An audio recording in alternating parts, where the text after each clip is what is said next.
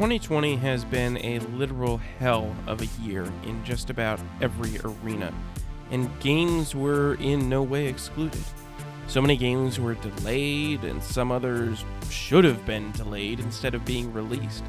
Still, more than enough came out that I was able to do my usual yearly thing of whittling down a list of 10 games I really enjoyed.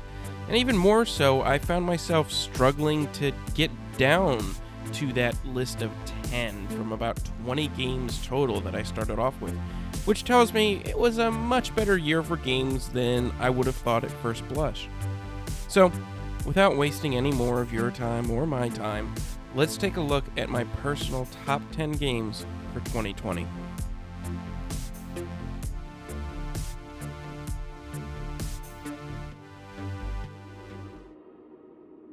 Doom Eternal is a game I have a lot of mixed feelings about. I did enjoy the hell out of it.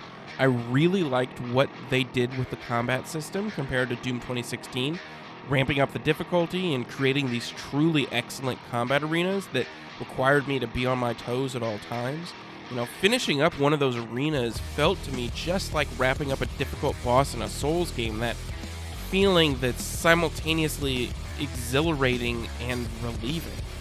And it manages to not cross the line into frustration, at least most of the time. But the biggest problems that I have with the game have nothing to do with the combat. It's that it takes its story way too seriously at this point. Doom 2016 did a great job of taking itself not seriously at all. It never really got too full of itself. There was always kind of a balance. Like, there was all this lore and story and stuff you could dig into, but you didn't need to care, and it didn't seem like the game cared that much. But the only mode that Doom Eternal seems to operate in is high-end, super self-serious, completely full of itself mode. It's this odd, over-the-top, lore-laden, fantasy-tinged science fiction with demons and angels and everything in between, and a book's worth of lore to read in codexes, and it all just drags the game way, way down in my estimation. Still, I enjoyed the gameplay so much that I was able to get past that stuff and just enjoy the fast-paced shooting bits as much as I did in its predecessor.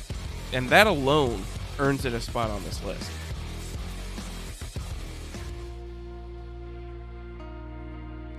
Microsoft Flight Simulator is something that honestly just feels like it was tailor-made for this year, for just sitting back, relaxing, letting the weight of the world lift off your shoulders, even without cranking all the graphical settings to the max, which is extremely difficult to pull off at a reasonable frame rate even on the highest end PCs.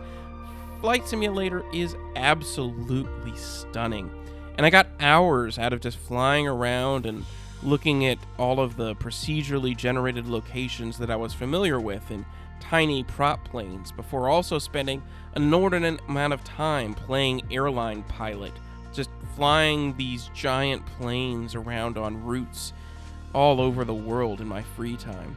Now, it's certainly lacking when it comes to some of its in-depth simulations, and it continues to be supremely buggy in quite a few ways, but that has not significantly reduced the overall enjoyment I get out of just flying around the incredibly detailed landscapes in a year where I really wasn't able to get out and enjoy new landscapes that much myself.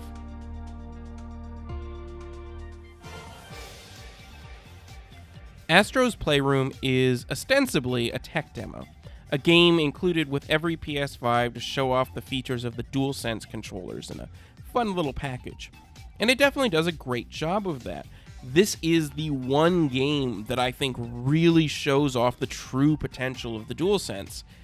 But it's also a surprisingly good platformer in its own right. While it's far from revolutionary or even particularly evolutionary, I had significantly more fun playing Astro's Playroom than I did playing a theoretically full-fledged platformer in Sackboy's Adventure. Though that honestly has very little to do with the mechanics themselves. Astro's Playroom is also this really incredible encapsulation of over 25 years of PlayStation history as you slowly build a room full of giant artifacts of PlayStation and just roam around these levels that are full of little cute references to just about everything PlayStation over the last few decades. It's a giant nostalgia trip, and it's also a peek into the future in a way unique and befitting of a new console. And it honestly made it the PS5's best launch game by far.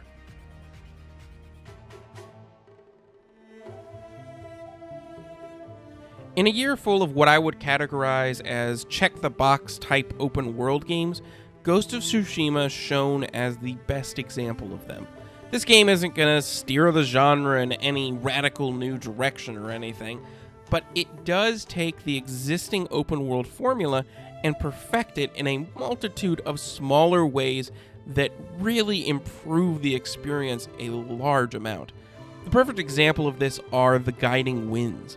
Instead of having to pop open my map every 5 seconds in order to figure out where I need to go for my next objective, I can just gently swipe on the PlayStation touchpad to have it point me in the right direction, which keeps me far more immersed than many other games of its ilk.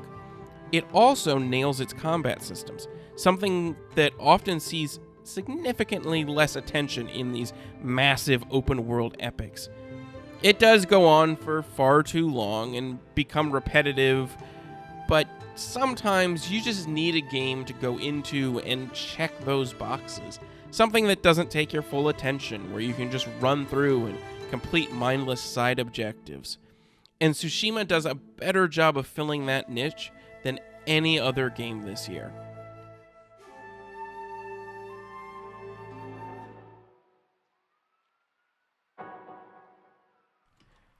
Umurangi Generation is a masterstroke of environmental storytelling. It seems like in the AAA space especially, when a designer is tasked with doing some sort of environmental storytelling, the end result ends up some rusted metal, some blood graffiti on a wall, or some hastily disheveled rooms. But Umurangi is one of a handful of games that does environmental story right, and it succeeds at telling its entire story through its environment, without the assistance of any dialogue or any other direct means of storytelling. It does help that Umurangi's core gameplay loop revolves around you taking photos of specific things in the environment, basically forcing you to look around anyway in order to find things, and in the process, guiding you to see everything that a given level has to offer. In the first few levels, I didn't really get why Umurangi had seen so much effusive praise, but by the end, I really understood it. I had gotten a full story without a single word in just a few hours. And it really is a truly great story as well. Probably one of the most engaging stories I experienced all year. And the fact that they were able to deliver that story without so much as a single word is absolutely incredible, and something I really hope to see more games doing.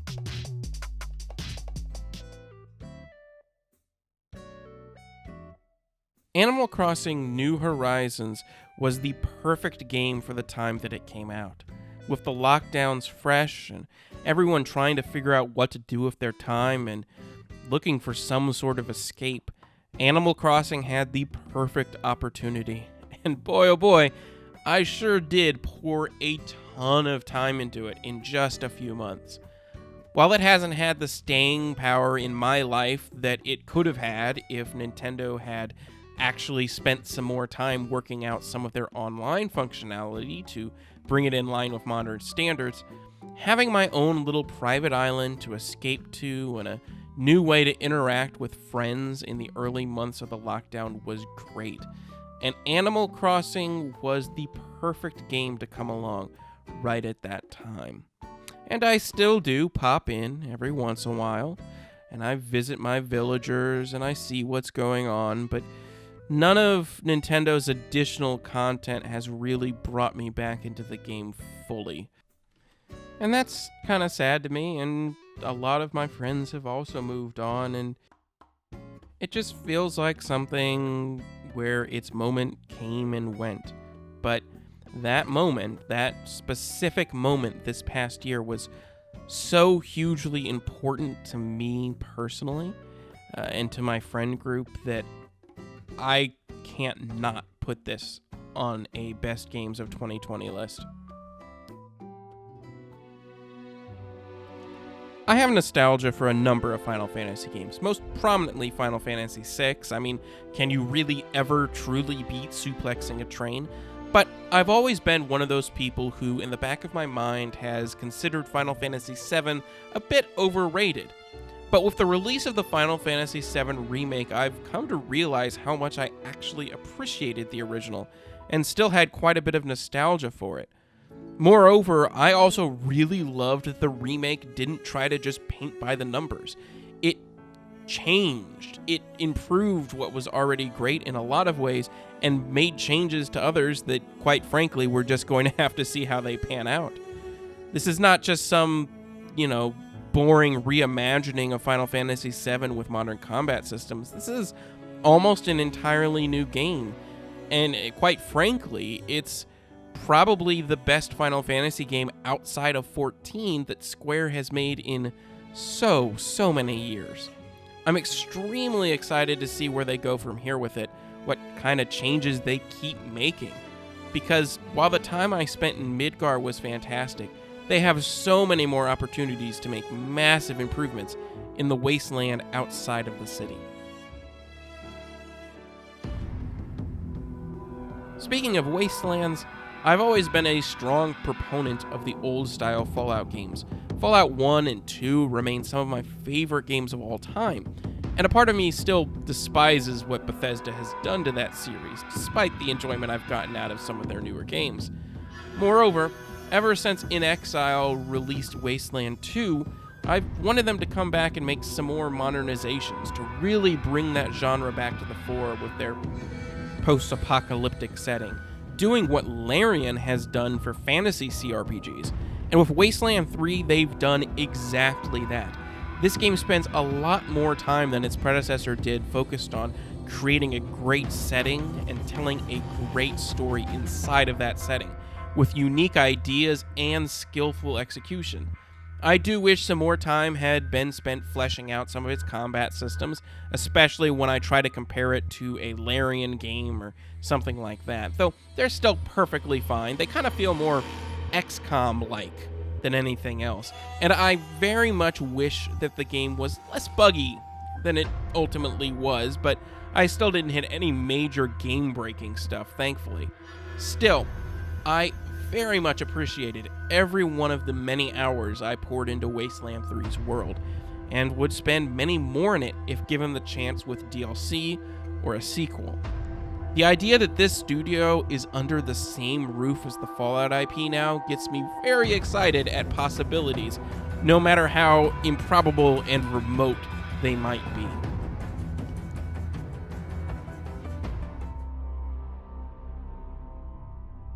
VR is something that honestly feels like it has come and gone in a lot of ways. While I still use my own headset regularly to play Beat Saber, it's something that's extremely hard to recommend for people to buy. The number of new titles that come out for VR is slim. The number of those games that are truly good is even slimmer, and Facebook seems absolutely dedicated to destroying what goodwill the Oculus brand has left. But this year, VR got a massive killer app in Half-Life Alyx, and what a killer app it is. I have played a lot of VR shooters since getting a headset, but none of them take the time to create a fully fleshed out game world like Alyx does. If you're familiar with Half-Life 2, the vast majority of Alyx feels kind of like Ravenholm. Really tense and intensive moments. And the game not only achieves that tension through its environment and its enemies, but just its core design in a way that Half-Life 2 never could. You're regularly glancing down at your gun to see how much ammo you have left if you need to reload, or you're looking at your wrists to see if you have any spare healing items in them. Exploring and fighting in the world of City 17 has never been so fully immersive before. I can only hope Alyx came in time to revive VR, but honestly, it may have only managed to keep it limping by on life support. Hades is definitely by far my most played game this year, but that's not even anywhere close to the whole story.